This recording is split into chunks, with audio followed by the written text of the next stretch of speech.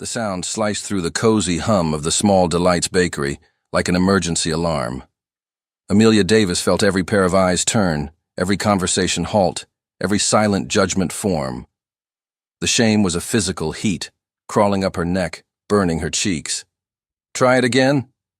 The cashier, a bored teenager with a nose ring, suggested, her impatience bordering on contempt.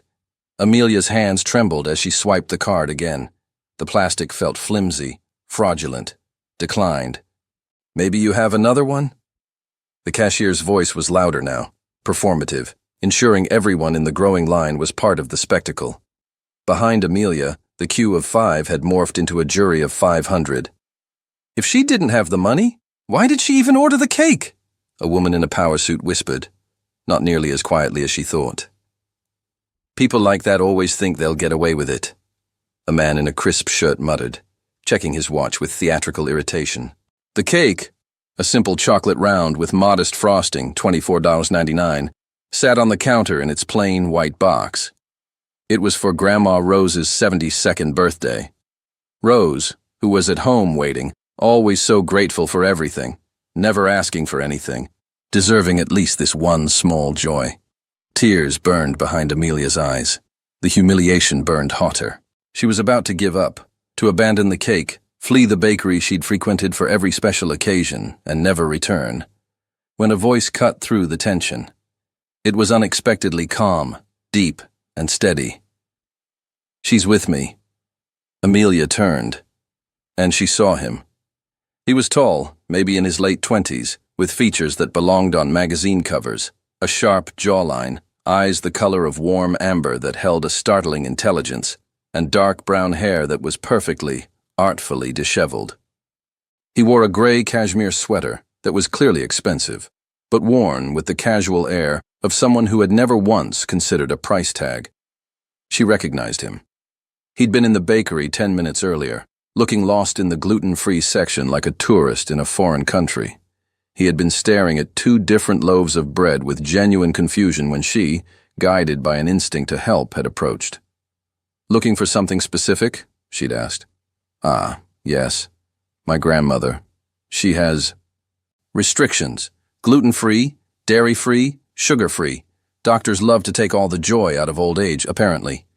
He'd said it with a dry humor that was laced with obvious affection. Amelia had laughed. "My grandma has restrictions too. This one." She had pointed to an almond flour loaf studded with dark chocolate. "Is gluten-free, sweetened with erythritol, and made with coconut butter. And it's actually delicious. A rare find." "Are you a nutritionist?" "A physical therapist." "Was. I specialized in geriatrics. I took care of my grandmother for years and learned everything I could." "She was lucky to have you," he'd said, with a sincerity that caught her off guard. "Thank you. Seriously. Trying to buy things for her makes me feel completely useless." "You're not," she'd replied. "The fact that you're here, trying, that matters more than you think." There had been a moment, a flicker, almost nothing, where his amber eyes lingered on hers with something that looked like surprise, recognition. Then he'd smiled, a genuine, unguarded smile, and gone to pay. What a kind man, Amelia had thought, before promptly forgetting him. Until now. "Sorry, darling," he said, stepping forward with the easy confidence of a man who owned the ground he walked on. "I must have given you the wrong card this morning." He held out his hand. Amelia stared, her mind reeling. They didn't know each other. They weren't a couple. He was lying. But then his fingers closed around hers, a gentle but firm grip that sent a silent message. "Trust me. I'm saving you." Something in his touch, in the unwavering sincerity of those amber eyes, made her play along. I'm sorry. I'm so distracted today." "It's all right," he interrupted softly, guiding her gently to the side as he stepped up to the counter. "Hers and mine, please." He handed over a black card, not a regular one, but an Amex Centurion, the kind Amelia had only ever seen in articles about the ultra-rich. The transaction was approved in an instant. The whispers in the line shifted from judgment to speculation. "Who is he?" "Look at that card." The cashier handed over their bags, and he guided Amelia out of the shop, his hand resting lightly on the small of her back. The gesture felt impossibly natural, but it sent a tingle of electricity through the thin fabric of her jacket.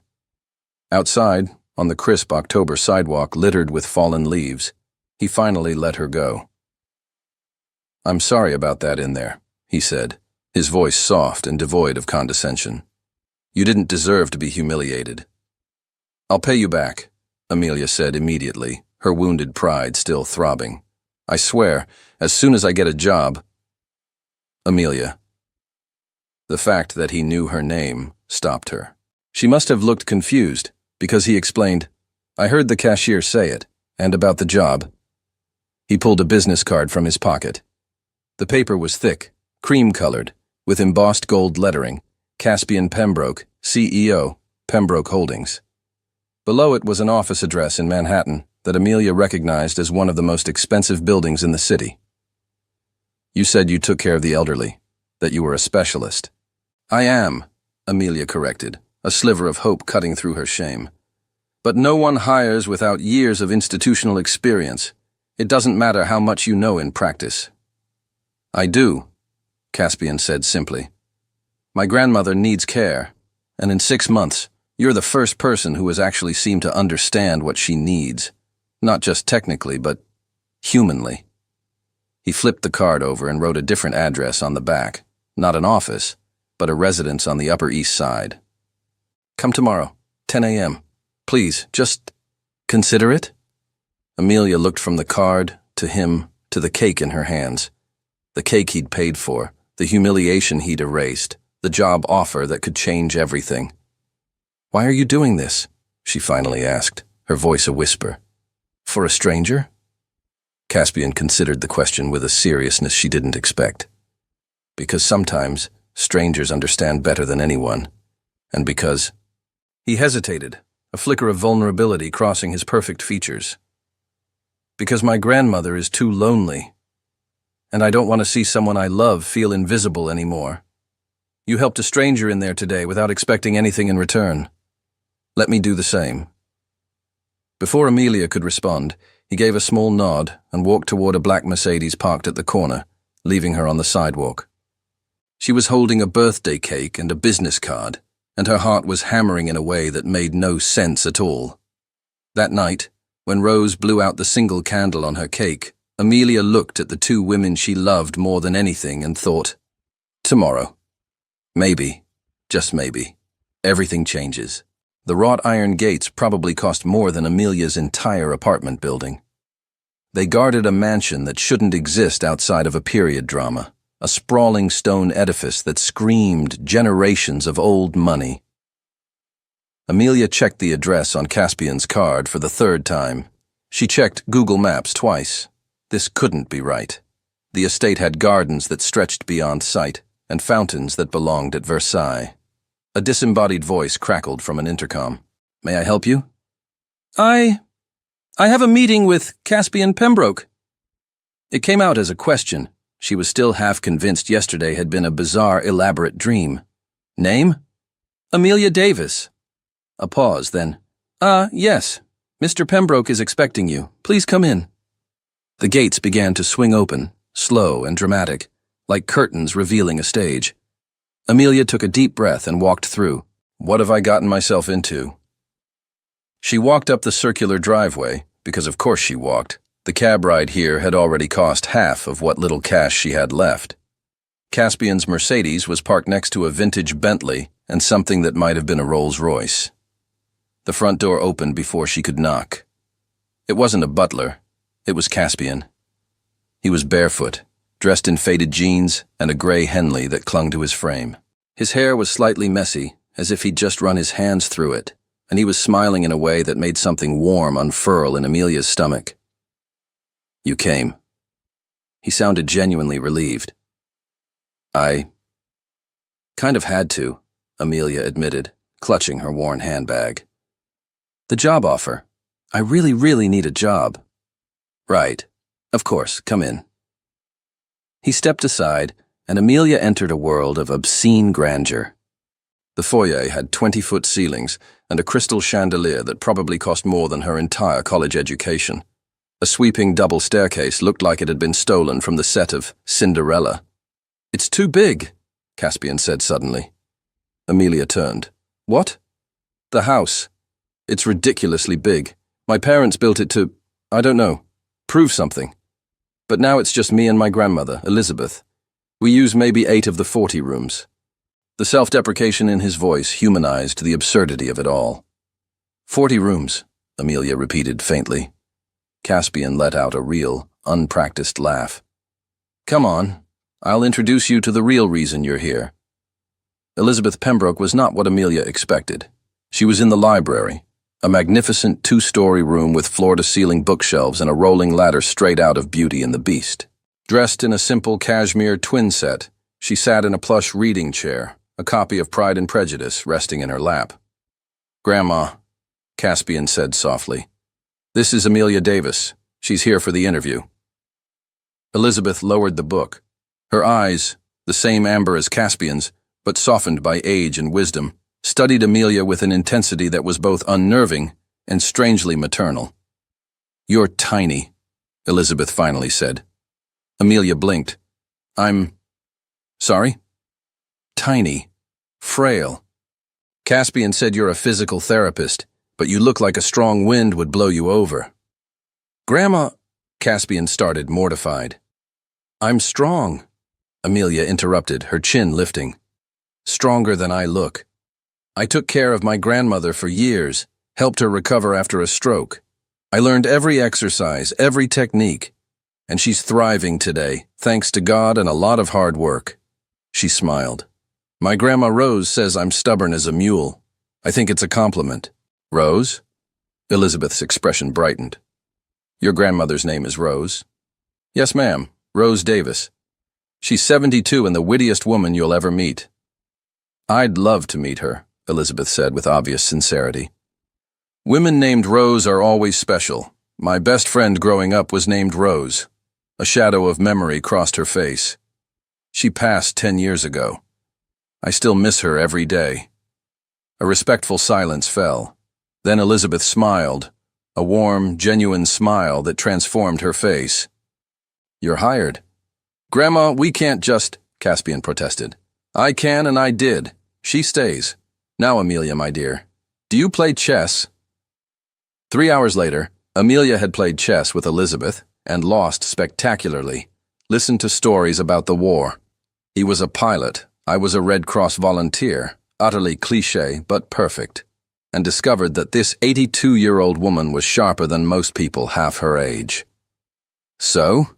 Caspian asked when they were finally alone in the hallway, his voice low. "Do you accept? The salary is $75,000 a year, room and board included, full benefits. You'd live here during the week."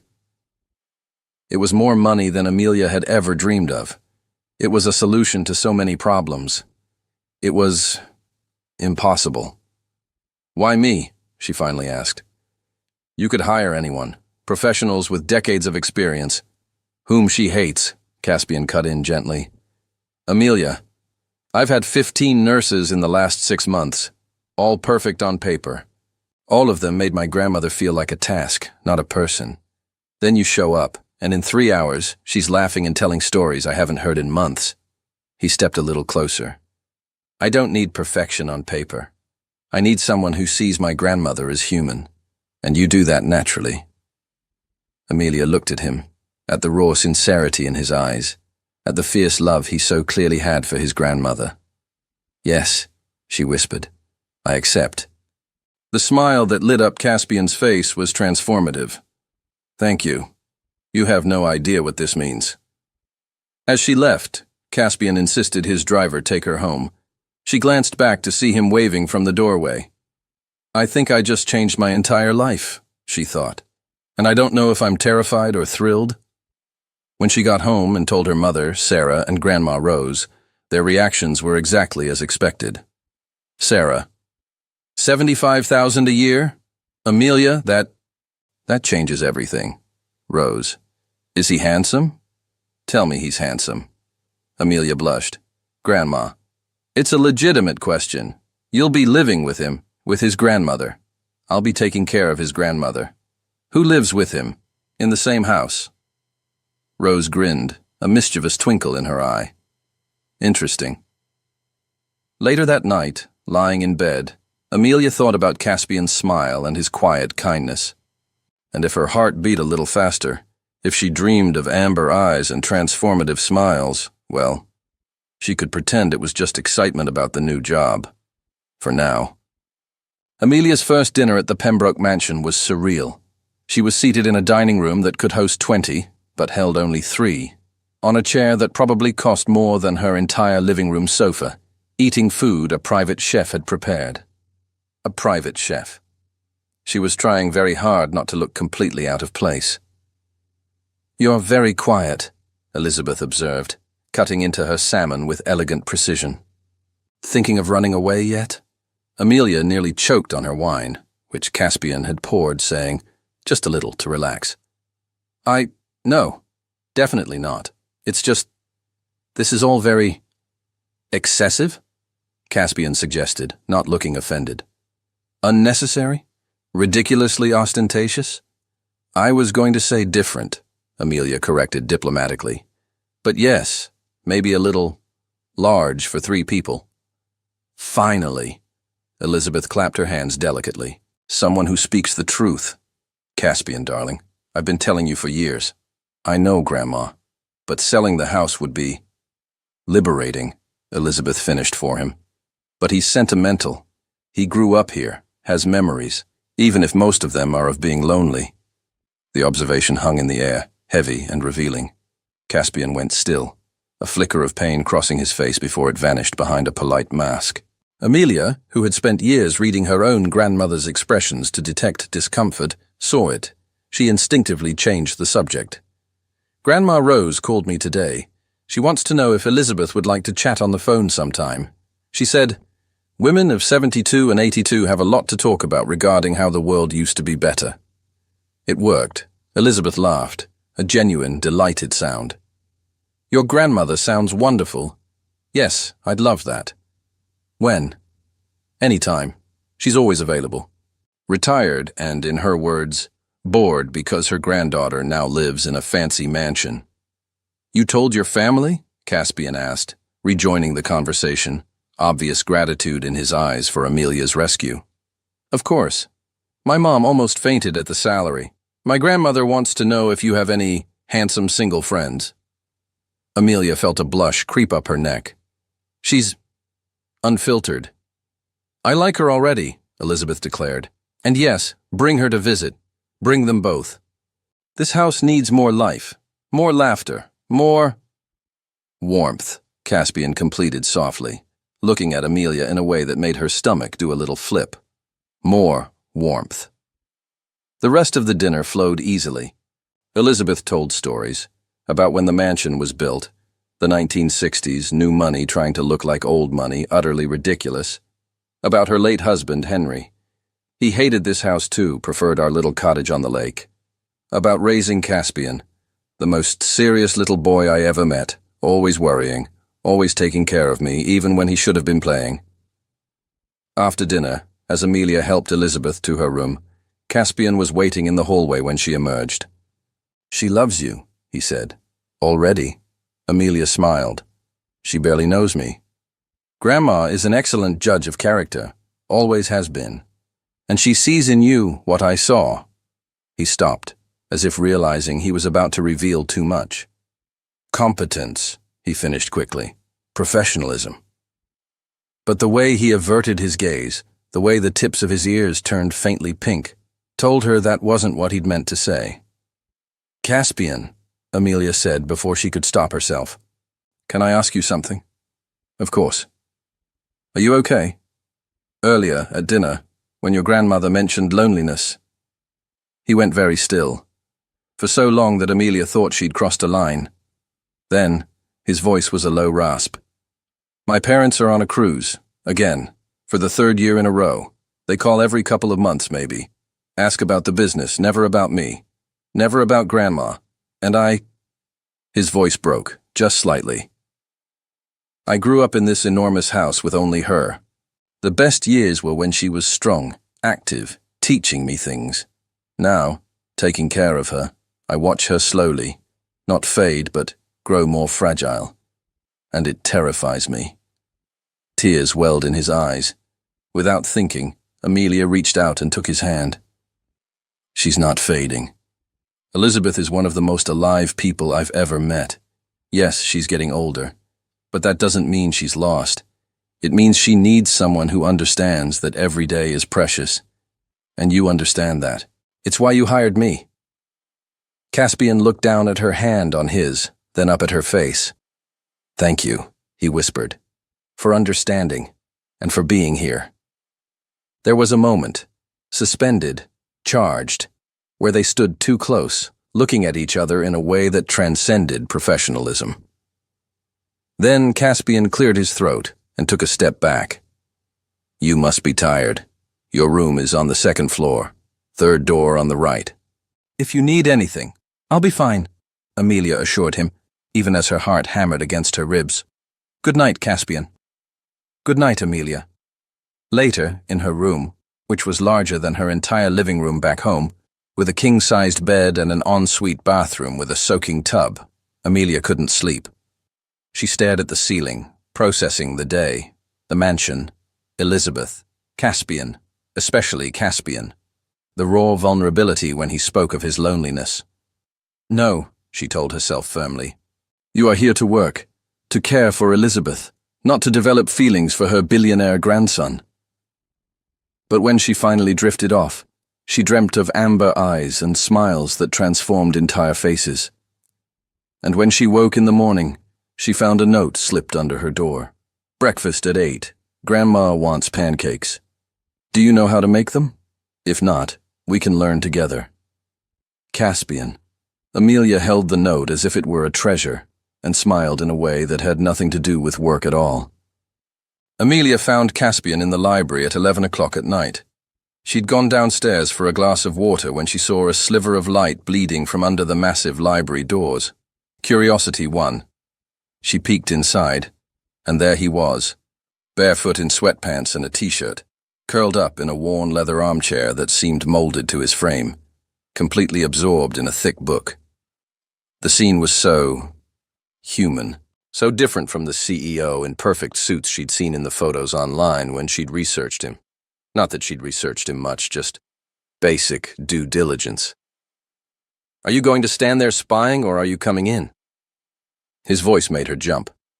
He hadn't even looked up from his book. Sorry, Amelia said, pushing the door open fully, feeling like a child caught doing something wrong. I didn't mean to interrupt. You're not. I was just needing a break. He finally looked up, and Amelia saw the exhaustion etched around his eyes. It wasn't physical tiredness. It was a deep, emotional weariness. Bad meetings. Just long ones, and filled with people telling me what they think I want to hear, instead of what I need to hear. He closed the book. Amelia caught the title, The Picture of Dorian Gray. You read Oscar Wilde at 11 o'clock at night? She couldn't help but ask. A small, self-conscious smile touched his lips. When I need to be reminded that youth and beauty are temporary, but art and kindness endure? Yes. Profound for a Tuesday night. Or desperate. Take your pick. A comfortable silence settled between them. Then Amelia moved, before she could overthink it, and sat in the armchair opposite him. May I? Please, Caspian gestured around the vast room. The library is for everyone. Grandma insists. She says books that aren't read are just sad, expensive decorations. Your grandmother is a wise woman. She is. A pause. Do you read? When I have time. Lately, not so much, but... Amelia scanned the shelves. There were thousands of books here. My God, this is an entire library. 4 generations of Pembrokes accumulating. There are first editions, classics, contemporary, poetry, non-fiction, everything. Have you read them all? Maybe a quarter of them. I'm working on it, very slowly. Caspian stood, walking to a specific shelf. Favorites? Depends on the mood. When I'm happy, I read Austen. When I'm sad, I read Wilde or Bronte. When I'm angry, I read Nietzsche. And when you're lonely? Amelia asked softly. Caspian froze, his hand resting on the spine of a book. I read letters, old correspondences between writers, because it reminds me that loneliness is universal. Even geniuses felt it.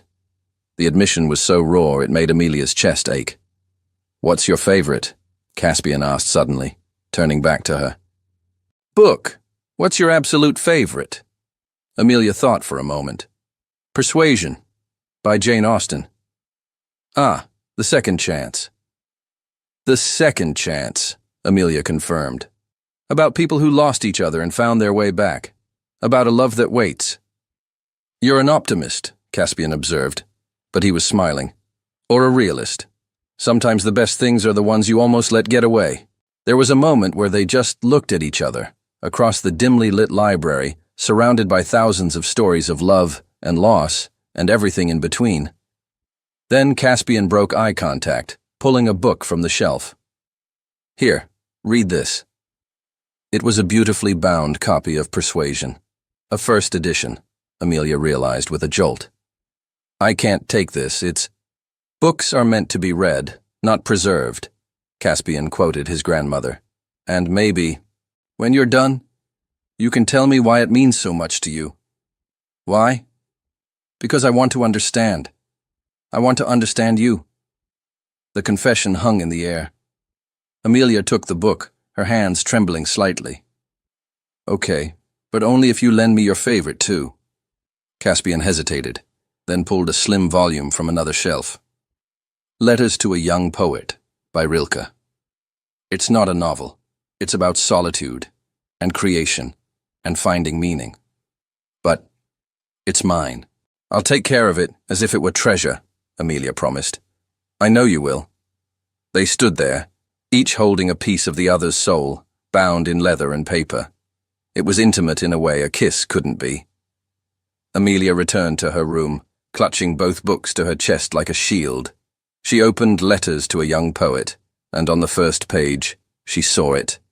Masculine handwriting in faded blue ink. To Caspian, on your 16th. When you feel lost, remember, solitude is where art is born, but you don't have to live there forever. With love, Grandma Elizabeth. Amelia felt tears burn her eyes. This book was precious, and he had lent it to her. She fell asleep reading Rilke, and she dreamt of libraries and men who read about loneliness at 11 at night because they didn't know how to ask for company. When she woke, there was another note under her door. Thank you for last night. The conversation was more therapeutic than 6 months of board meetings. Caspian Amelia saved the note, along with the first one. She was starting a collection of small moments that meant more than they should. The storm arrived without warning, a typical, violent October squall. Amelia was in her room at 10 o'clock at night when the first clap of thunder boomed, so loud it rattled the windows. She jumped, her heart racing. She had always hated storms. She tried to distract herself, picking up Caspian's book, but the words blurred as another thunderclap exploded, followed by a flash of lightning that lit up the entire room. And then, blackout. The power died, plunging the mansion into absolute darkness. Amelia held her breath, trying not to panic, but the rooms here were so large, so dark, and she was alone, and a knock on her door. Amelia? Caspian's voice. Are you okay? Amelia opened the door, trying to look calmer than she felt. Caspian stood there with a flashlight, his hair damp. I'm fine, she lied. Just wasn't expecting the blackout. It happens sometimes. The generators will kick in a few minutes, but I thought... He hesitated. I thought you might not want to be alone in the dark. The consideration warmed something in Amelia's chest. Is your grandmother okay? Sleeping like a stone. Storms never bother her. But you... His eyes scanned her, seeing more than she wanted them to. You don't like storms. It's not a fear, Amelia defended herself weakly. It's just a strong preference against them. Caspian smiled. Right. A strong preference. Come on. I know a better place to wait for the generators. He guided her, a gentle hand on her back again, that touch that was becoming so familiar, down the dark hallways to a cozy sitting room. It was smaller than the main one, with a fireplace already crackling and windows overlooking the garden where rain lashed violently. I was in here when it started, Caspian explained. I lit the fire because I knew the power would go. It happens every time a storm is this bad. He gestured to a tray on the coffee table. I made hot chocolate. Before you ask, yes, I know how to make hot chocolate. Grandma taught me. It's one of about 5 things I know how to cook. They sat on separate sofas, the fire crackling between them, the hot chocolate warming their hands. Amelia expected awkwardness, but instead, there was comfort. Want to know something embarrassing? Caspian said after a few minutes of comfortable silence. Of course. I don't like storms either. For completely irrational, childish reasons. Amelia raised an eyebrow. Really? The billionaire CEO is afraid of thunder. When I was 8, I was alone during a storm like this one. My parents were somewhere, and I was here, in this giant house, with only a nanny who barely spoke English and didn't understand why I was terrified. He took a sip of chocolate. Lightning hit a tree in the front garden. It burst into flames, and I thought, ridiculously, childishly, that the house was going to catch fire and I was going to die alone. Caspian, Amelia whispered. I know, ridiculous, but ever since. He gestured vaguely. Storms remind me of being alone when I needed someone. It's not ridiculous, Amelia said firmly. You were a child. Children shouldn't be alone during scary things. You're right. But I was. A lot. A heavy silence fell. Then Amelia stood, moved to his sofa, and sat beside him, not touching, but close. Well, you're not alone now.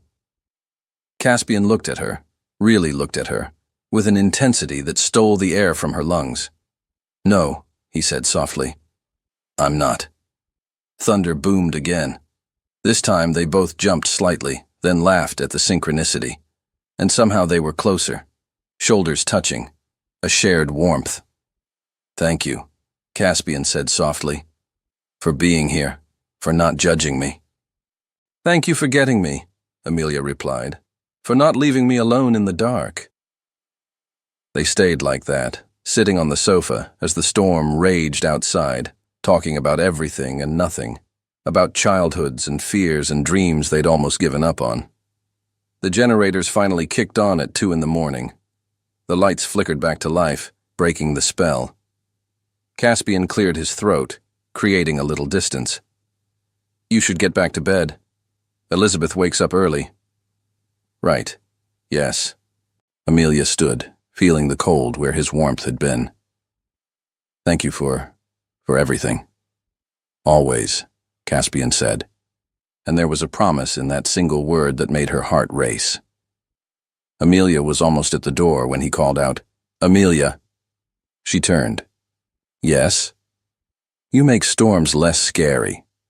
She smiled, a small but genuine smile. You do too.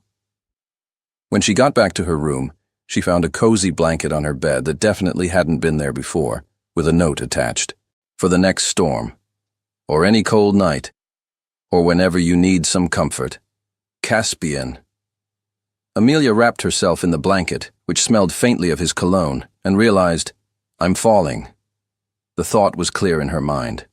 She was falling, slowly and terrifyingly, for a man who read Rilke at midnight and made hot chocolate during storms, and she had no idea how to stop, or if she even wanted to. Caspian hasn't talked about his feelings since he was 14, Elizabeth said casually, as if she were commenting on the weather. Amelia was helping her with her morning mobility exercises when she said it. Amelia paused mid-stretch. What happened when he was 14? She asked. Elizabeth looked out the window. In the garden below, Caspian was pacing back and forth on the phone, a familiar tension in his shoulders. He asked his parents to come home from their cruise, Elizabeth explained. He was having nightmares, trouble at school, clearly depressed. Do you know what they said? Amelia shook her head, her stomach tightening. Elizabeth's lips thinned. They said he was being dramatic, that he needed to grow up. They came back 4 months later, for another party. Caspian never asked for anything again. The revelation stayed with Amelia all day. She watched Caspian differently now, seeing the layers of protection he'd built. During lunch, Caspian mentioned an upcoming business trip. 2 days in Boston, he announced. Meetings with investors. I leave tomorrow morning. He looked at Elizabeth, but his eyes flickered to Amelia as he asked, Will you be all right without me? I have the best caregiver in the world, Elizabeth said warmly. I'll be perfectly fine. Besides, Amelia and I are planning an Audrey Hepburn movie marathon. You'd be bored. Probably, Caspian agreed, smiling. But there was something in his eyes, a reluctance. After lunch, Amelia found him in his office, packing his laptop. Can I talk to you? She asked. Of course, he said, giving her his full attention. Your grandmother told me about when you were 14. Caspian went very still. She shouldn't have. She worries about you, Amelia interrupted gently. And I just wanted to say, if you ever need to talk about anything, I'll listen. No judgment. No thinking you're being dramatic. A vulnerable look crossed his face. Thank you, but I'm good at handling things on my own. No one should have to handle things on their own, Amelia said softly, even when we've learned how. That night, Amelia woke at 2 a.m. to a sound. It wasn't a storm this time. It was softer. Crying? She got up, pulling on her robe, and followed the sound. It led her to Caspian's door, which was slightly ajar. She could hear it clearly now. Not loud, but unmistakable. Muffled sobs. Her first instinct was to knock, to go in, to comfort him.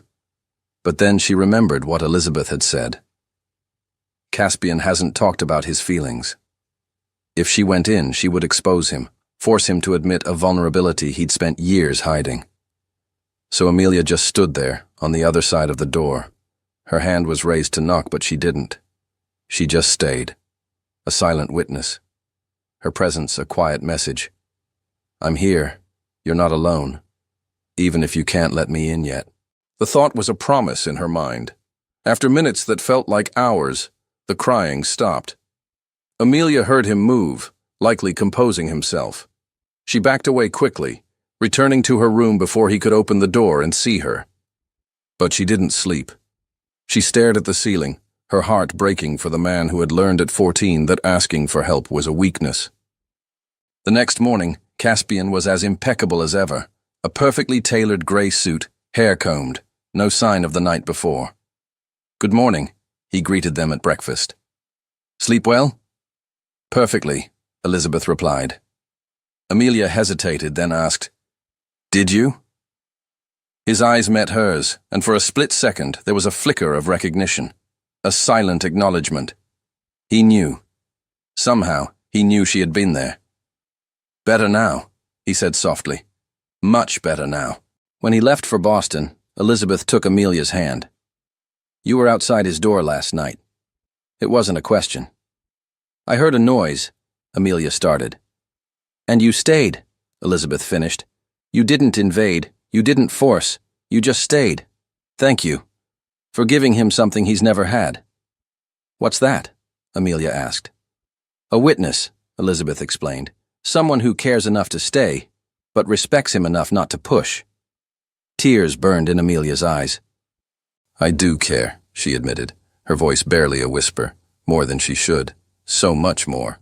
I know, my dear, Elizabeth smiled, and soon he'll know it too. Amelia woke up feeling like her body was on fire. A fever so high her teeth were chattering, yet she was sweating through her pajamas. Her throat burned, her head pounded. When she tried to stand up to check on Elizabeth, it was 7 a.m., time for morning exercises. The room spun violently. She barely made it to the bathroom before she was sick. No, not now, she thought, her mind racing. Elizabeth needs me. Caspian's away. She dragged herself back to bed, her hands trembling as she reached for her phone. Who could she even call?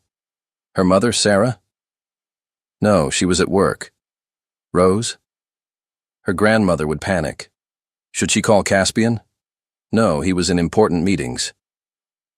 Before she could decide, there was a knock on the door. Amelia?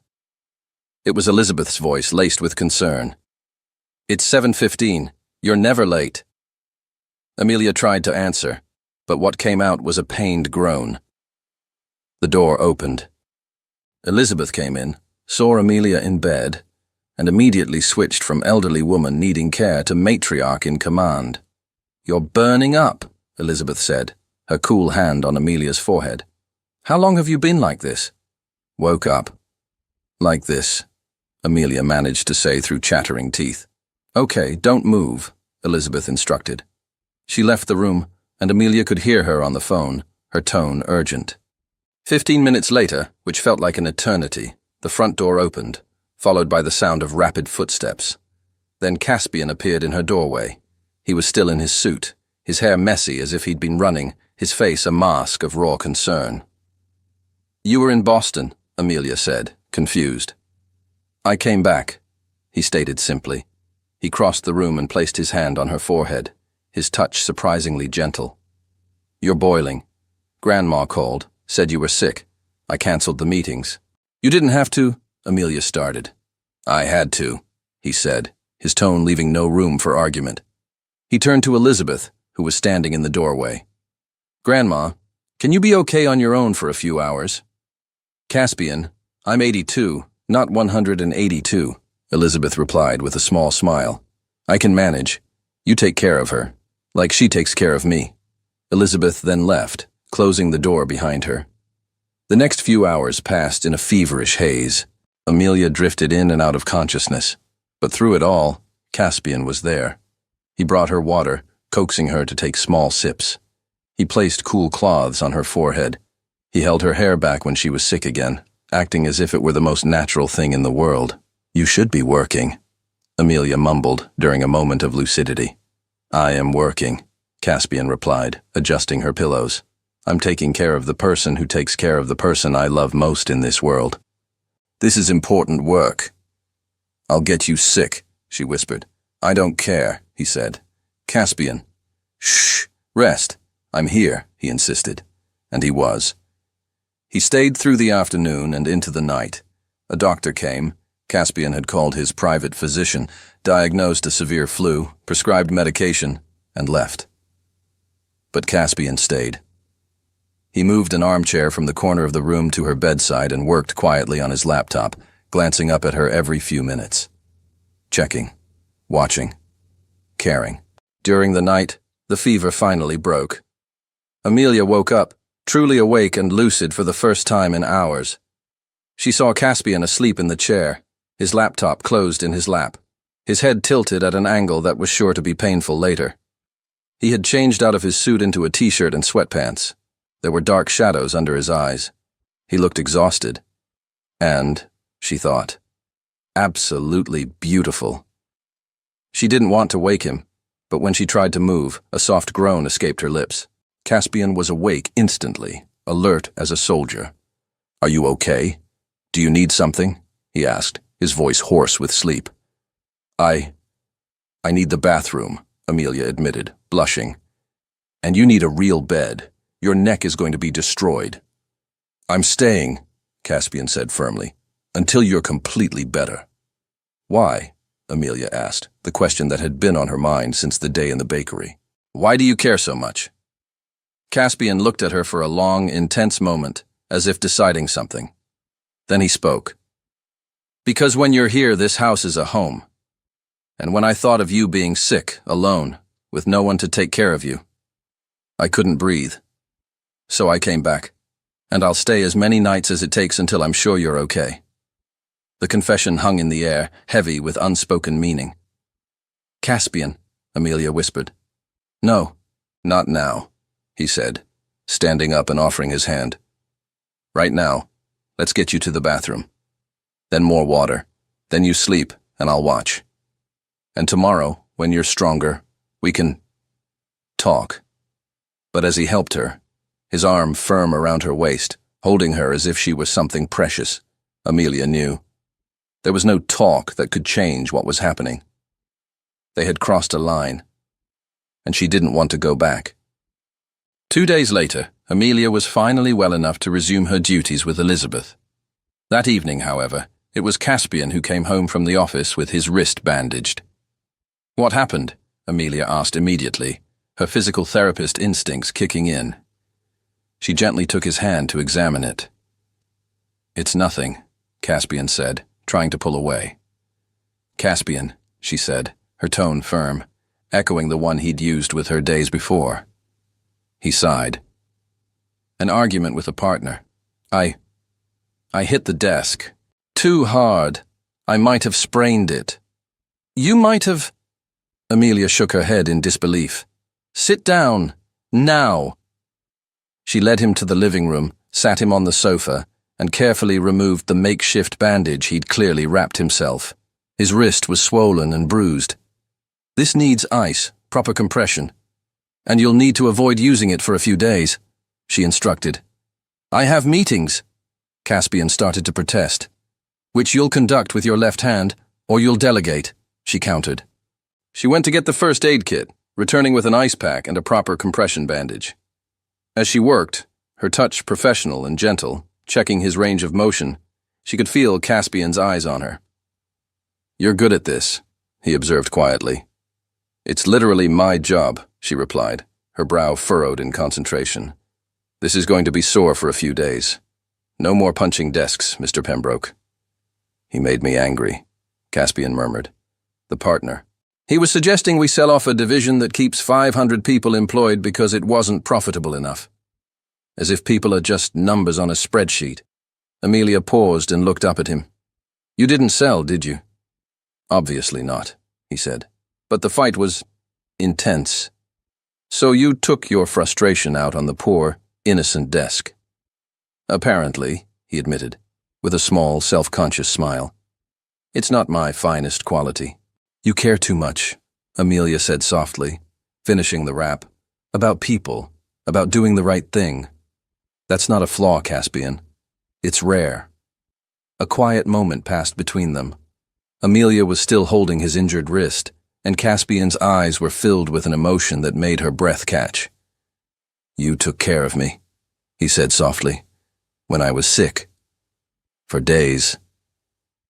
"You took care of me first," Amelia reminded him. "You canceled meetings." "Because I couldn't stay away," he confessed, his voice raw. "Because the thought of you needing something and me not being there made me physically ill. And I know." He ran his good hand through his hair. "I know this complicates everything, that you work here, that this is probably inappropriate, but—" "Caspian," Amelia said, placing a finger on his lips to quiet him, "stop thinking for 1 minute. And just feel." She took his good hand and placed it over her heart, where he could feel it beating fast and erratic. "Do you think it's just you feeling this?" His eyes widened. "Amelia." "I took care of you because I wanted to," she said. "Because the idea of you being hurt, even if it's just a sprained wrist from punching a desk, made me want to be here, caring for you, just like you did for me." The moment was suspended, charged with months of unspoken tension. Then Elizabeth appeared in the doorway. "Are you two going to stare at each other forever? Or is someone going to have the courage to do something about all this sexual tension?" she announced. "Grandma!" Caspian was mortified. Amelia covered her face, laughing despite her embarrassment. "I'm old, not blind," Elizabeth continued, relentless. "You two have been circling each other for weeks like stubborn magnets. Caspian, you canceled multi-million-dollar meetings to take care of her. Amelia, you blush every time he walks into a room. So for heaven's sake, do something about it, or I'm going to die of frustration before old age gets me." Elizabeth turned and left, leaving Caspian and Amelia in a stunned silence. "She's not subtle," Amelia finally said. "Never has been. Caspian agreed. He paused, then added, "But she's not wrong." "She's not?" Amelia asked. "About me," he clarified. "About how I feel. About—" He took a deep breath. "Amelia, I don't know how to do this. Relationships. Vulnerability. Letting someone get close enough to hurt me. But with you, I want to try." Amelia's heart soared. "You want to try? Us? If you want to. No pressure. No expectations." "Yes," she said, not letting him finish. "Yes, I want to try." The smile that lit up his face was transformative. "Yes?" "Yes," she confirmed. He moved closer, slowly, giving her time to back away. She didn't. When his lips finally touched hers, it was gentle, questioning, perfect. When they pulled apart, both breathing heavily, Caspian rested his forehead against hers. "Worth punching the desk for," he murmured. Amelia laughed. "You're an idiot. Your hand is going to hurt for days." "I don't care one bit," he whispered back. As they kissed again, deeper this time, months of tension finally released. Neither of them noticed Elizabeth watching from the doorway with a satisfied smile. "Finally," she whispered to herself. "About damn time." It was Friday night, 2 weeks after their first kiss. Amelia sat in Elizabeth's favorite library chair, reading Emma aloud. Caspian was in his own armchair, pretending to work on his laptop, but he was really just watching Amelia. He watched the way she changed her voice for the different characters, the way she laughed at the funny parts, the way she unconsciously twisted a strand of hair around her finger when she was concentrating. Elizabeth was in her recliner, supposedly listening. But Caspian saw the moment her eyes closed, the moment her breathing became soft and even. She had fallen asleep. Amelia, lost in the story, hadn't noticed. Caspian stood up silently and walked over to Amelia, placing a gentle hand on her shoulder. She stopped reading and looked up. "She's asleep," he whispered, gesturing toward Elizabeth. Amelia looked over, saw the peacefully sleeping woman, and smiled. "She always falls asleep in the middle of books," she whispered back. "She says it's because my voice is as soothing as a lullaby." "It is," Caspian agreed, and the warmth in his tone made Amelia blush. Amelia started to get up to wake Elizabeth, but Caspian stopped her. "Let me get her," he said. "Are you sure?" Amelia asked, glancing at his still healing wrist. "With your wrist?" "It's better," he assured her. "And she's light." He bent down, sliding one arm under his grandmother's knees and the other behind her back, lifting her with a practiced ease. Elizabeth murmured something in her sleep but didn't wake. "Come on," Caspian said to Amelia. "Help make sure I don't trip in the hallway." They walked together, Caspian carrying Elizabeth, Amelia at his side, opening doors and turning on soft lights. The moment felt domestic, intimate, like family. In Elizabeth's room, Caspian gently laid her on the bed. Amelia removed the older woman's shoes, adjusted the blankets, and placed a soft kiss on her forehead. "Good night, Elizabeth," she whispered. When they stepped out, closing the door softly behind them, Caspian took Amelia's hand. "You're incredible with her," he said. "I love her," Amelia replied simply. "Like family. I hope that's not—" "It's perfect," Caspian interrupted. "She loves you too. You're not just a caregiver, Amelia. You're part of us now." They walked back to the library to retrieve the forgotten book. The room was dimly lit, the fire still crackling, creating an undeniably romantic atmosphere. "I should go to bed," Amelia said, but she didn't move. "You should," Caspian agreed, but he was moving closer. "It's late," she said. "It is," he replied, now standing directly in front of her. "And Elizabeth wakes up early." "Always," he said, his hands coming up to gently frame her face. "But I really want to kiss you right now." "Then kiss me," Amelia whispered. And he did. It wasn't gentle and questioning like the first time. It was deep and urgent, filled with weeks of pent-up desire. Amelia's hands went to his hair, pulling him closer. They stumbled, half laughing and half gasping, onto the sofa, where they fell in a tangled heap. They kissed until they were breathless, until Caspian forced himself to stop, resting his forehead against hers. "Not here," he said, his voice hoarse. "Not rushed. You deserve better." "Caspian," she started. "When it happens," he continued, "and it will happen, I want to do it right. Not in the library at 11 o'clock at night where anyone could walk in." He kissed her forehead. "You're worth the wait." Amelia's heart melted. "How are you real?" she whispered. "I ask myself the same question about you every day," he answered. They stayed like that, curled up on the sofa, Amelia's head on his chest, listening to the steady beat of his heart. At some point, wrapped in the warmth and safety of his arms, Amelia fell asleep. She woke, or half-woke, when she felt herself being lifted. Strong arms were under her. The familiar scent of cedar and something warmer filled her senses. It was Caspian. He was carrying her, just as he had carried Elizabeth. "I should say I'm awake," she thought. But there was something about the moment, about being cared for so completely, that made her keep her eyes closed, pretending to be asleep. She felt him carry her up the stairs and into her room. With a gentleness that stole her breath, he laid her on the bed, adjusted the pillows, and pulled the covers over her. And then, she felt a soft kiss on the top of her head. His lips lingered for a moment that stretched into eternity. She heard his voice, so low she almost missed it. "Good night, Amelia. Thank you for coming into my life when I needed you most." He moved away. The door closed softly, and Amelia, alone in the darkness, touched the spot where his lips had been, her heart so full of emotion she didn't know how to contain it. She was completely, irrevocably in love with Caspian Pembroke, and the realization, instead of scaring her, felt like peace, like coming home. The garden at dusk had become their favorite spot. After Elizabeth was asleep, Caspian and Amelia would meet there, on a stone bench under a wisteria-covered pergola. Tonight, Caspian was especially quiet, his gaze distant. "Do you want to talk about it?" Amelia finally asked, taking his hand. Caspian looked down at their intertwined fingers. "My parents called today," he said, his voice heavy. "Oh," Amelia replied softly. "And?"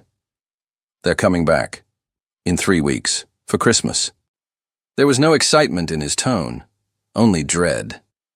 "You don't want them to come back," Amelia observed gently.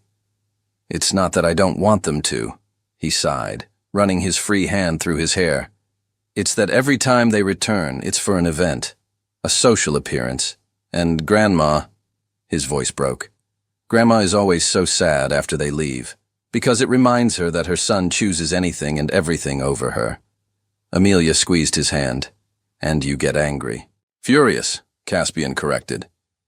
"Because they act like parents when it's convenient, but disappear when the real work begins. Like when Grandma was first diagnosed and they were too busy to come home. Or when I had that stress-induced heart attack at 26, and they sent flowers but didn't show up." "You had a heart attack?" Amelia turned to him, alarmed. "A minor one," he clarified. "Extreme stress, lack of sleep. I spent 3 days in the hospital. Grandma never left my side. My parents, a 5-minute phone call about managing my time better." The anger in his voice was palpable. Amelia didn't know what to say, so she didn't say anything. She just moved, shifting onto his lap and wrapping her arms around him in a hug that said everything words couldn't. Caspian froze for a second, then melted into her, burying his face in the crook of her neck. "I'm sorry," he murmured against her skin. "I didn't mean to dump all this on you." "Don't you ever apologize for having feelings with me," Amelia said firmly. "Never. I want to know all the parts of you, Caspian. The good, the wounded, the complicated." They stayed like that, as the night fell completely around them. "I want you to meet them," Caspian finally said. "My parents, when they come back." "Are you sure?" Amelia asked. "No," he admitted. "They'll judge you. They'll ask about your credentials. They'll act as if a caregiver isn't appropriate for their son. But you're an important part of my life now. And hiding you would be like them. Choosing appearances over truth. He pulled back slightly to look at her. And I refuse to be like them. Tears burned in Amelia's eyes. Okay. I'll meet them. And then I'll take care of Elizabeth and you because you're both going to need it when they leave again. How are you so incredible? Caspian whispered. It's just me. Nothing special. You're everything, he interrupted. And then, as if the words were about to spill out, as if a dam were about to break, Caspian opened his mouth. Amelia, Her phone rang, loud, intrusive, shattering the moment. She glanced at the screen. It was her mother, Sarah, calling at an odd hour. I'm sorry, I have to take this, Amelia said quickly. It might be important. Of course, answer it, Caspian urged. She answered. She listened, and the blood drained from her face. What? When? Is she okay? Caspian was on his feet instantly. Amelia, what is it? She hung up, her hands trembling. It's my grandmother, Rose. She fell. She's at the hospital. A possible hip fracture. Tears streamed down her face. I have to go, now. I'll take you, Caspian said immediately. Get what you need. Let's go. In the car, Amelia was falling apart. She's everything to me. If something happens, it won't, Caspian said firmly, taking her hand while he drove. Rose is strong, like you. She'll be fine. You can't promise that. I can't, he agreed, but I can promise I'll be there. With you, no matter what. And he was. He was there through hours of waiting at the hospital, through the surgery for a confirmed hip fracture, through Rose waking up confused but alive. Caspian held Amelia as she cried with relief. He brought coffee for an exhausted Sarah. He even charmed Rose when she was lucid enough to talk. He's a good one, Rose whispered to Amelia when Caspian stepped out to make a call. You hold on to him, my girl. I'm trying, Grandma, Amelia whispered back. Don't try.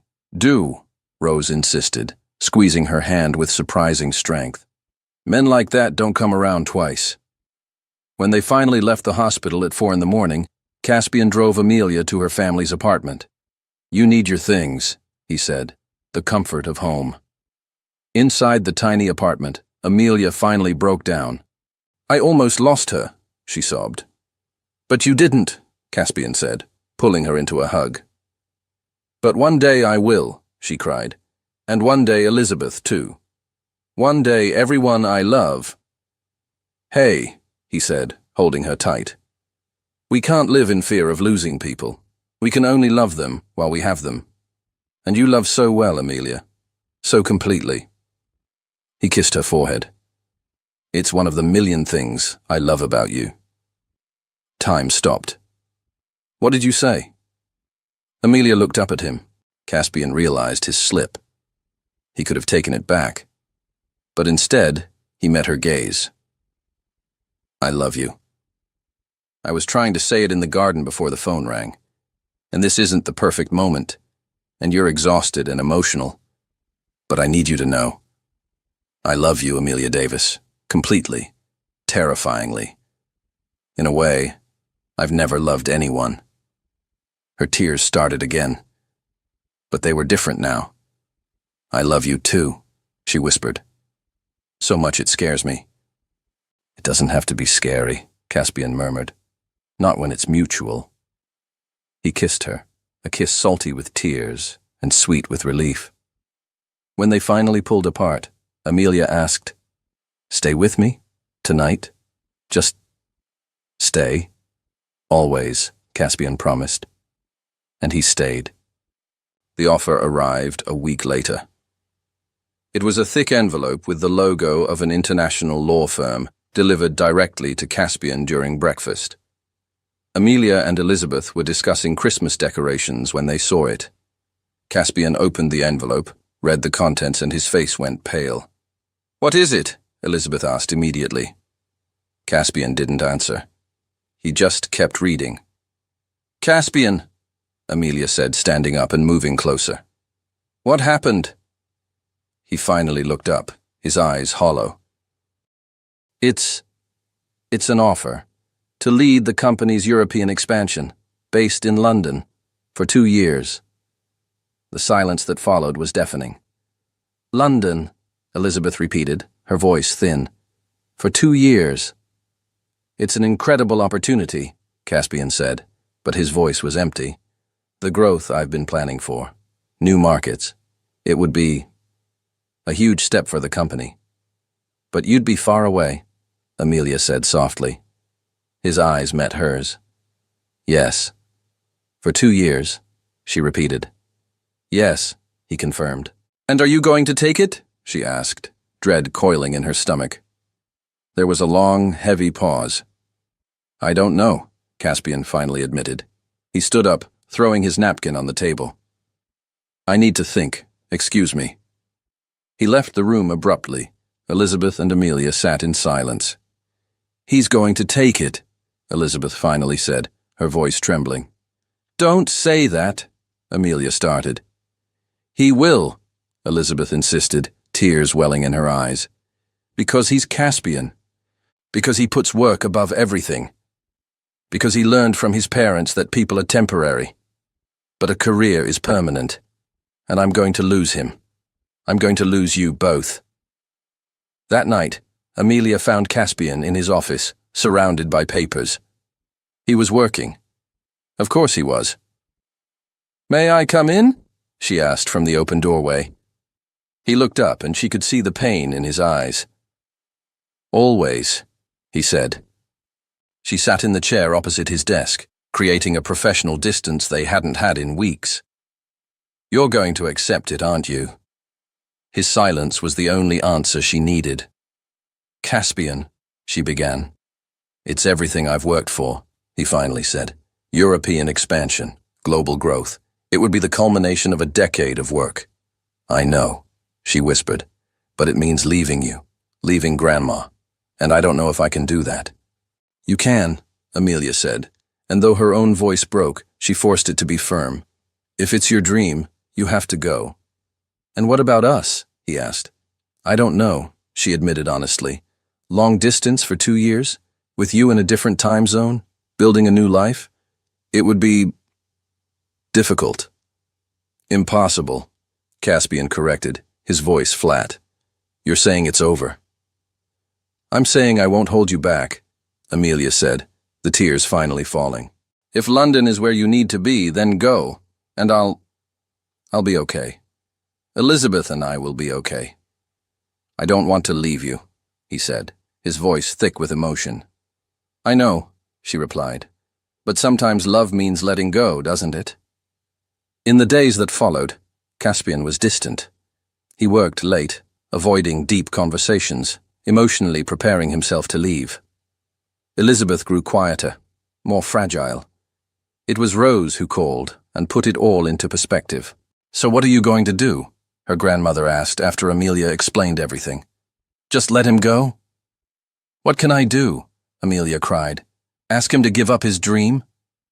You can ask him to choose, Rose said gently. Love or ambition? And then you accept his answer. What if he chooses ambition? Amelia asked. Then you'll know it wasn't meant to be, Rose replied. And you'll survive. You always survive, my warrior. 3 days before the deadline to accept the offer, Caspian found Amelia in the library.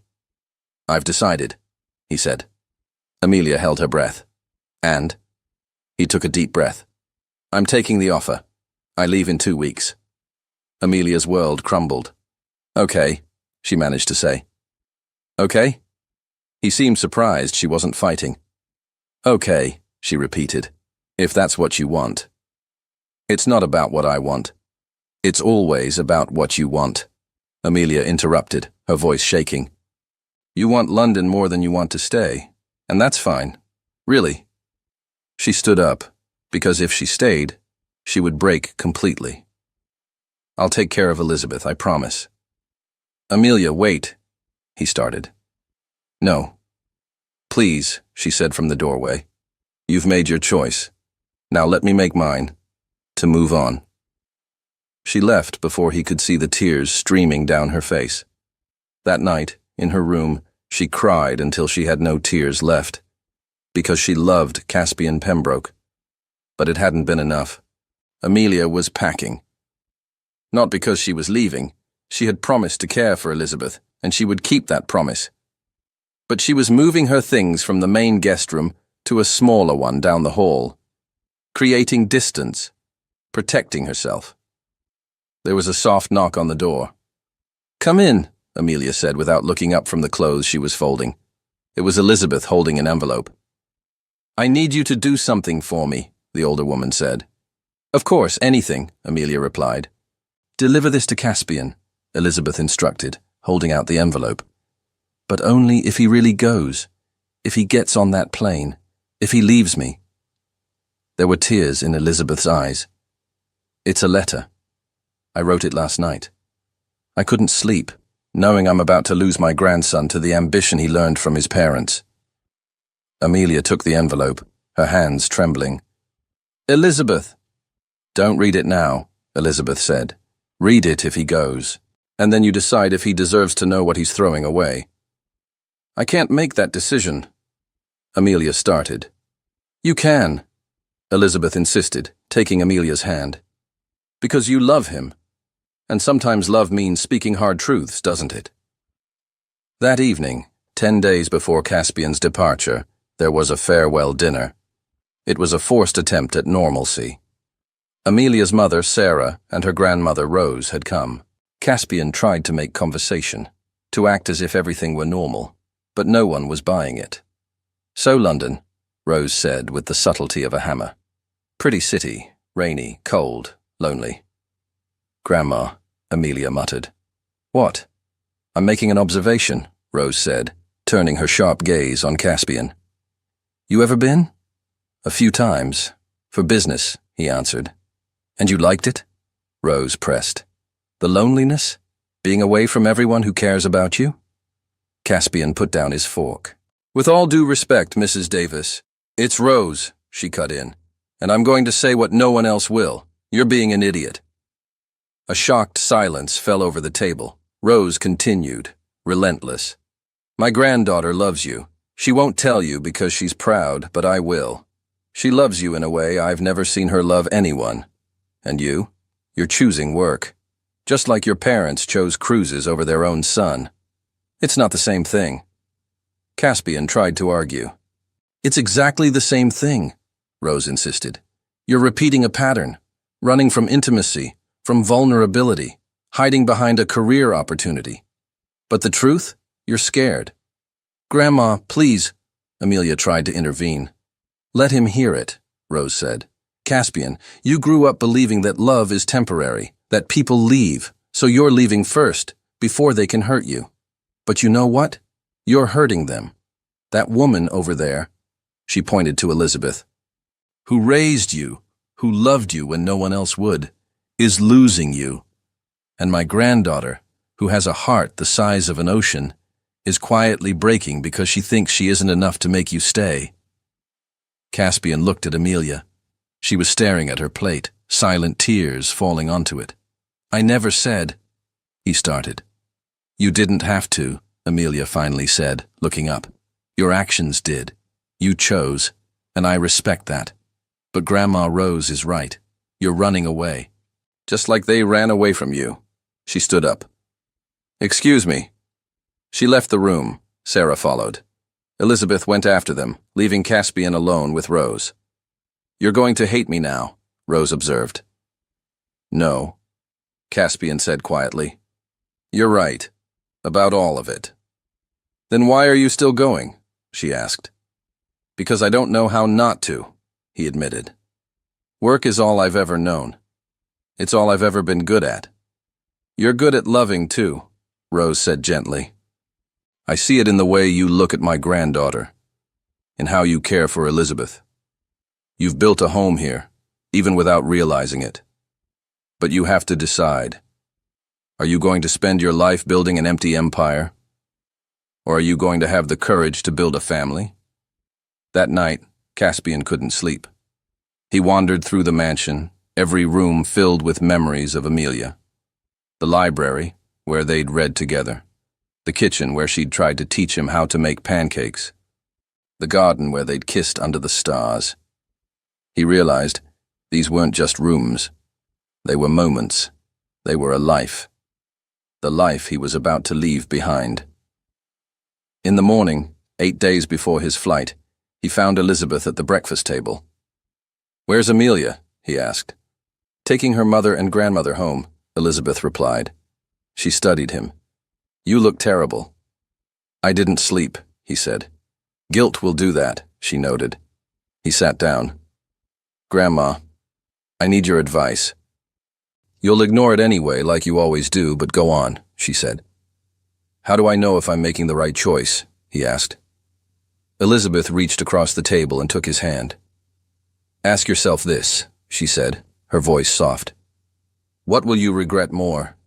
Missing out on some silly career opportunity you don't even need, or losing the woman who makes you feel at home for the first time in your life?" Caspian didn't answer, because he already knew the answer. 3 days before Caspian's departure, Amelia found Elizabeth's letter under her door. The envelope was sealed, Caspian's name written in the older woman's shaky script. Amelia hadn't seen him in days. He was avoiding her, working late at the office, coming home only after she was in her room. He's a coward, she thought. But she knew she was being a coward too, hiding away to avoid the pain of a final goodbye. Elizabeth had told her she could read the letter if she needed to. Her hands trembling, Amelia broke the seal. "My dearest Caspian," the letter began. "If you are reading this, it means you have truly gone, that you chose London over staying, and I need you to know, I am not angry, disappointed perhaps, heartbroken, certainly, but not angry. You have always done what you thought was right. Ever since you were a little boy, so stubborn, so determined, working harder than anyone to prove you were worth something. As if you ever needed to. Here is the truth I never told you. You were always enough. Not because of your accomplishments, not because of money or success, just because you were you, my grandson, my boy. Amelia sees that. She sees a value in you that has nothing to do with being a CEO or a billionaire. She sees a man who reads poetry at midnight, who cries alone when he thinks no one is looking, who loves so deeply but is too afraid to admit it. If you go, you will lose her. Not just a relationship, but the chance at a life you have always deserved. A life of family, of home, of being loved not for what you do, but for who you are. London will not give you that. Success will not give you that. Only love can. And that love is here, waiting. If you have the courage to stay. But if you go, if you truly go, know this. I will love you anyway. I will just love you from afar, and I will miss you until my last day. With all my heart, Grandma Elizabeth.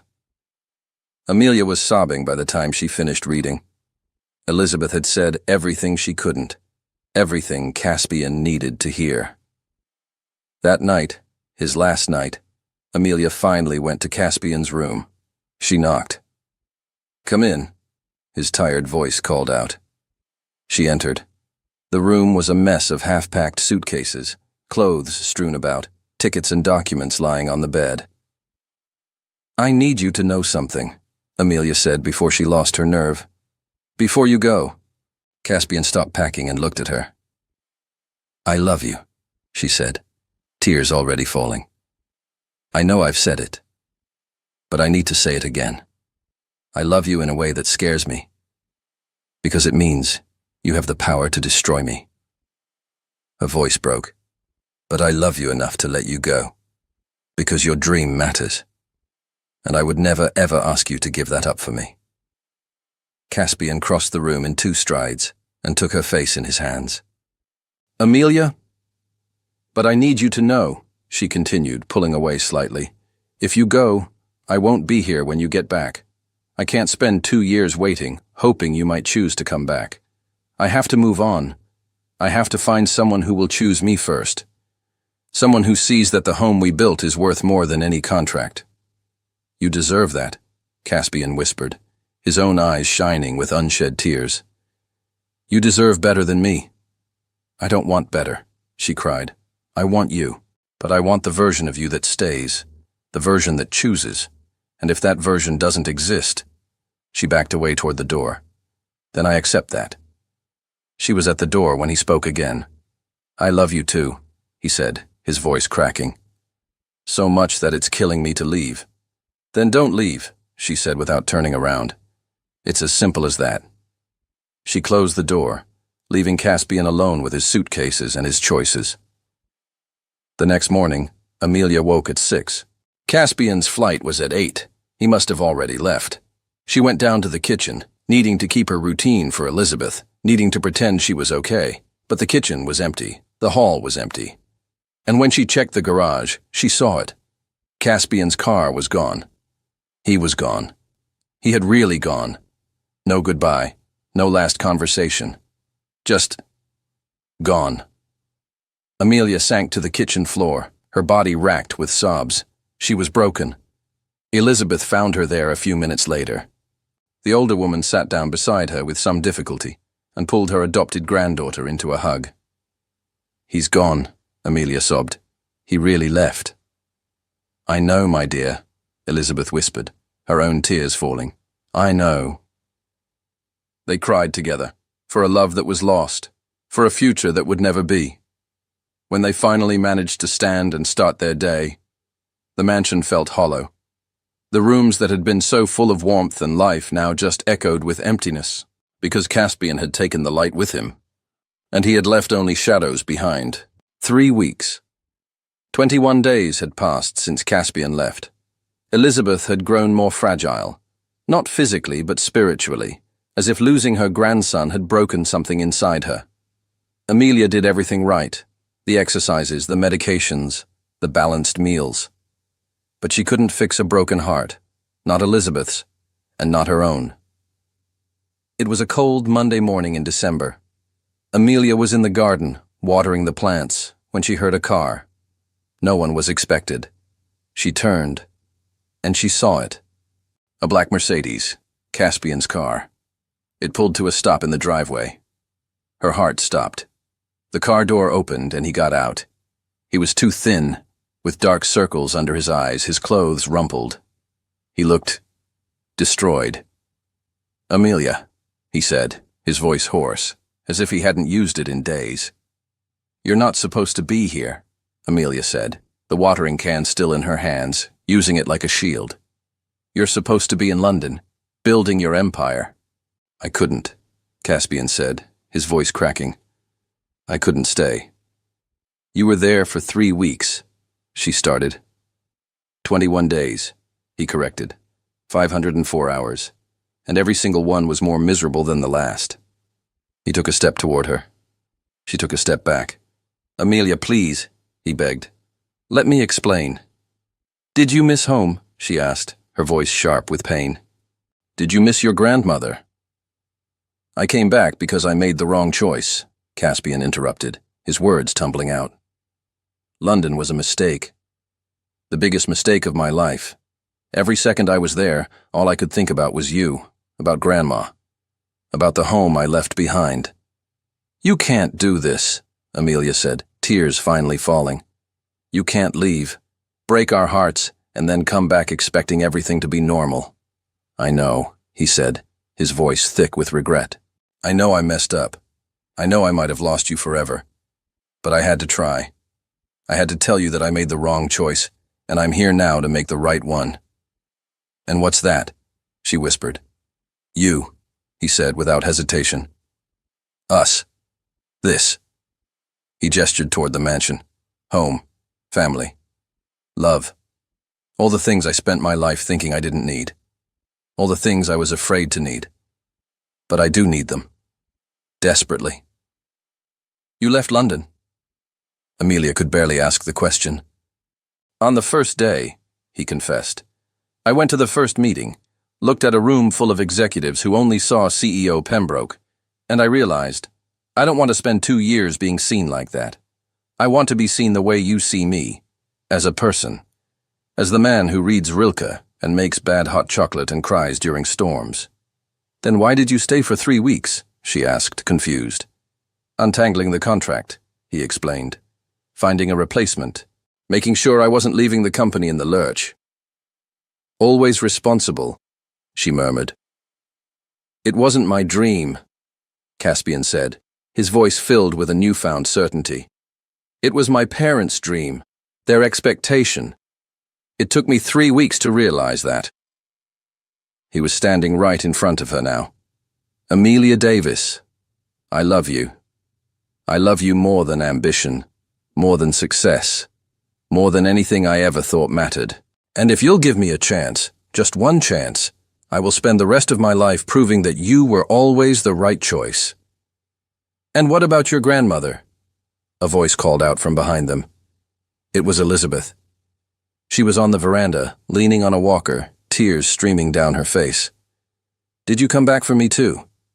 Grandma, Caspian said, rushing to her side and pulling her into a hug. I'm so sorry. For leaving. For hurting you. Shh, she said, patting his back. You came back. That's all that matters. She kissed his forehead. Now go ask her properly. On your knees. A big, movie-worthy declaration. She deserves it. Caspian turned. Amelia was still in the garden, watching, her heart pounding so hard she thought it might be visible. He walked back to her, and there, on the bench, he knelt. I don't have a ring, he began, his voice shaking. I don't have a speech planned, but I have the truth. And the truth is, without you, I have everything, and I have nothing. An empty mansion, a full bank account, and a heart that has forgotten how to beat properly. Caspian, she whispered. You taught me that home isn't a place, he continued, taking her hand. It's a person, and you are my home, Amelia. Wherever you are is where I belong. So I'm asking you, not as your boss, not as a billionaire, but as a man who loves you more than breathing. He looked up at her, his heart in his eyes. Will you come home?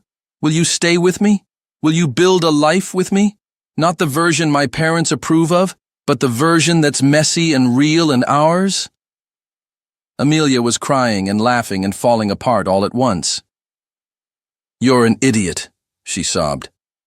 I know, he said. You left me. You broke me. I know, he repeated, and I regret it every single second. Promise you'll never do it again? She asked. I promise, he vowed. You are my priority. Always. Above work. Above expectations. Above everything. A silence fell between them, filled only by the sound of their breathing. Then Amelia spoke. Yes. Yes? He asked, hope dawning on his face. Yes, you idiot, she cried. Yes, I'll come home, because you're my home too. He pulled her into a desperate, relieved, promise-filled kiss. From the veranda, Elizabeth was applauding. Finally, she called out. I thought I was going to die of old age waiting for you two. 3 months later, spring was coaxing the garden back to life. Amelia sat on their bench, reading aloud to Elizabeth, who was comfortably settled in a padded chair Caspian had custom-made for their garden time. Caspian was in a virtual meeting, having shifted to working mostly from home. Life was good, simple, perfect in its imperfection. The sound of a car on the gravel driveway made Amelia look up. Visitors? A man and a woman in their 60s, impeccably dressed and radiating wealth, were stepping out of a car. Amelia recognized them from photos. Caspian's parents. They were back. And they hadn't called. Mother, father. Caspian's voice came from behind Amelia. He had come out upon hearing the car, dressed in jeans and a t-shirt, barefoot. What a surprise. Caspian, his mother, Victoria, said, air-kissing the space near his cheeks. You're looking casual. I'm at home, he replied simply. Mother, father, this is Elizabeth, my grandmother, whom you haven't visited in... What has it been? 8 months? And this, he said, turning to Amelia, is Amelia, my fiancée. The world seemed to stop for a second. Fiancée? Victoria repeated, the word dripping with disbelief. Since when? Since I realized I don't want to spend another day of my life without her, Caspian said, walking to Amelia's side and taking her hand. A beautiful, simple diamond now shone on her finger. "Amelia, these are my parents, Victoria and Richard Pembroke." "It's a pleasure to meet you," Amelia said politely, standing.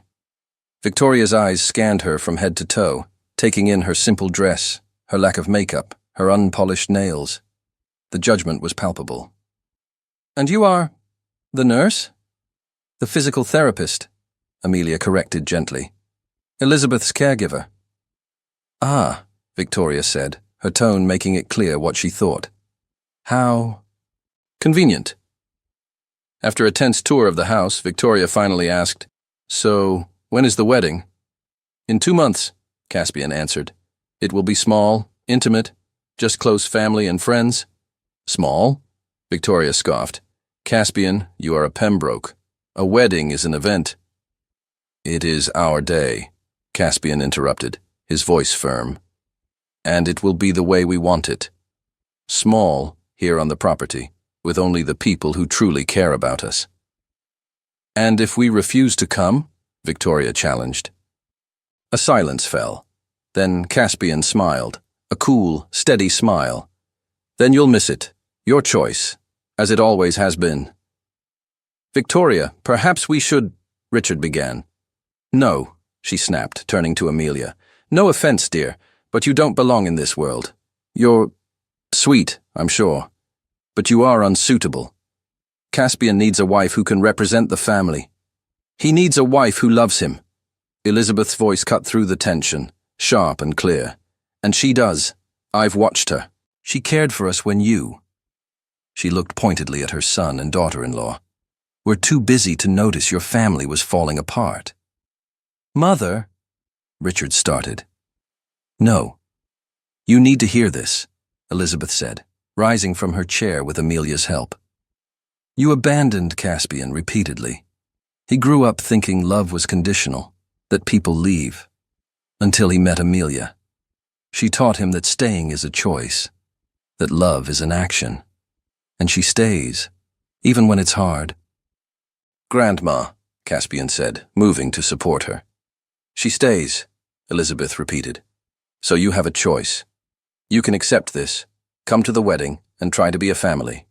Or you can leave again and lose him for good." 2 months later, the garden was spectacular. It was decorated simply but beautifully for the wedding. Sarah and Rose sat in the front row. Elizabeth was there too, in a wheelchair now, but her eyes shone with pride. And surprisingly, so were Victoria and Richard. They sat in the back, still looking slightly out of place, but they were present. The music began. Amelia walked down the aisle alone, a deliberate choice. When she reached Caspian, he was crying. "You're beautiful," he whispered. "You are too," she whispered back, wiping a tear from his cheek. The ceremony was perfect. Their self-written vows made everyone cry. When the officiant said, "You may kiss the bride," the garden erupted in applause. Later, at the reception, Amelia was getting a glass of water when a man approached her. "Excuse me," he said. "I need some help. I'm looking for—" Before he could finish, a familiar arm wrapped around Amelia's waist. It was Caspian. "She's with me," he said, a perfect echo of that day in the bakery. The man laughed. "Ah, the bride. Congratulations. I was just looking for the restroom." "Over there," Caspian pointed, but he didn't let go of Amelia. When they were alone, she turned in his arms. "She's with me?" she quoted, smiling up at him. "Déjà vu?" "Better than the original," Caspian said, his thumb tracing the ring on her finger. "Because this time it's true. You really are with me. Forever." "Forever," Amelia agreed. They danced, wrapped in each other's arms, the world fading away. And Elizabeth, watching with Sarah and Rose, the 3 grandmothers now inseparable, whispered, "It was worth the wait." "It was," Rose agreed. "My girl is home." "They both are," Sarah added, a happy tear rolling down her cheek. "Finally." And it was true. Caspian and Amelia, 2 hearts broken in different ways, healed by caring for one another, had finally found where they belonged. Not in a mansion or a city, but in each other. home, forever.